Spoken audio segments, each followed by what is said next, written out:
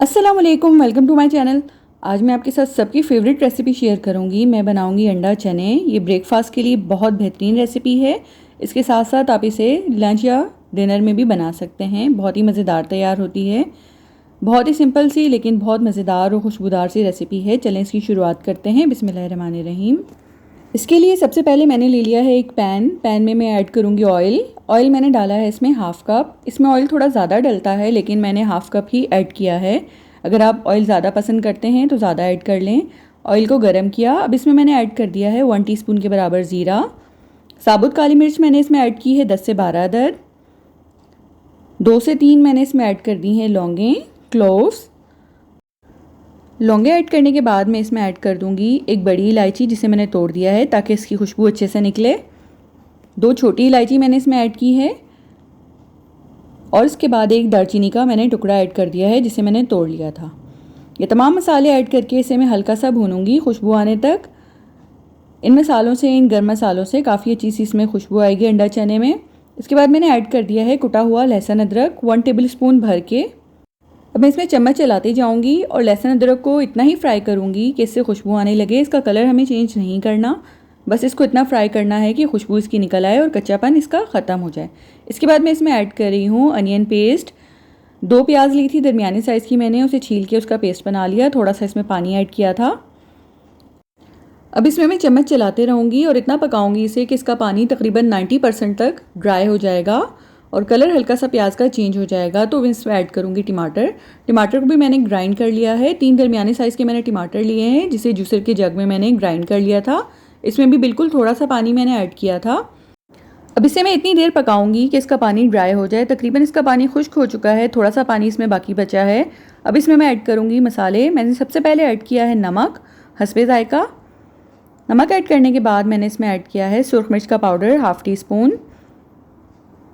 हल्दी पाउडर मैंने इसमें ऐड किया है ½ टीस्पून। सूखे धनिए का पाउडर मैं इसमें ऐड करूँगी 1 टीस्पून। इसके बाद मैं इसमें ऐड करूँगी कुटी हुई लाल मिर्च ½ टीस्पून और एक चिकन क्यूब मैंने इसमें ऐड कर दी है। अगर आपके पास चिकन क्यूब अवेलेबल ना हो तो आप यखनी भी इसमें ऐड कर सकते हैं। चिकन की यखनी या मटन वगैरह की यखनी अगर आपके पास है वो ऐड कर दें। अगर स्किप करना चाहें तो स्किप कर दें, इससे थोड़ा सा जायका इन्हेंस हो जाता है इसका। अब इन मसालों के साथ मैं इसे प्याज और टमाटर को भूनूंगी। अब इसमें हमें चम्मच चलाते रहना है और इसे इतना पकाना है कि टमाटर प्याज का कच्चापन ख़त्म हो जाए, मसालों का कच्चापन भी ख़त्म हो जाए। अच्छी तरह से इसे भून लेना है। ये भुनाई में ही पकेगा और जितना हम इसे भूनेंगे इसका टेस्ट उतना ही अच्छा बनेगा। पानी इसका अच्छी तरह से खुश्क हो गया है, इसका ऑयल अलग हो गया है। अब इसमें मैं ऐड कर दूँगी सफ़ेद चने जो मैंने बॉयल किए हुए थे। चनों को मैंने पूरी रात भिगो दिया था और उसके बाद इसे सुबह बॉईल कर लिया, अच्छी तरह इन्हें गला लिया है।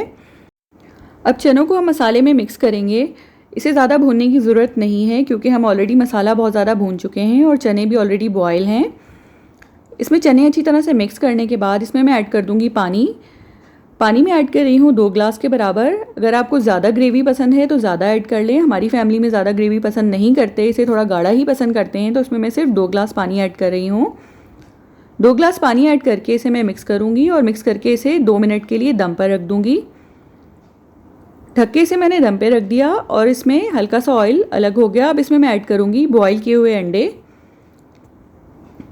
मैं 3-4 अंडे ऐड कर रही हूँ। अगर आपने ज़्यादा ऐड करने हो 8-10 भी आप ऐड कर सकते हैं, जितनी आपकी ज़रूरत हो उस हिसाब से आप इसमें अंडे ऐड कर लें।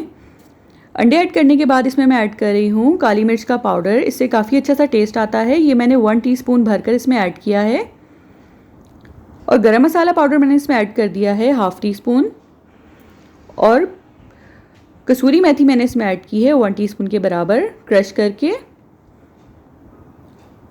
अब मैंने इसमें ऐड कर दिया है देसी घी 1 टेबल स्पून भरकर। अगर आप देसी घी ना ऐड करना चाहें मक्खन भी ऐड कर सकते हैं या इसे स्किप भी कर सकते हैं। इससे काफ़ी अच्छी सी इसमें खुशबू और जायका आ जाता है।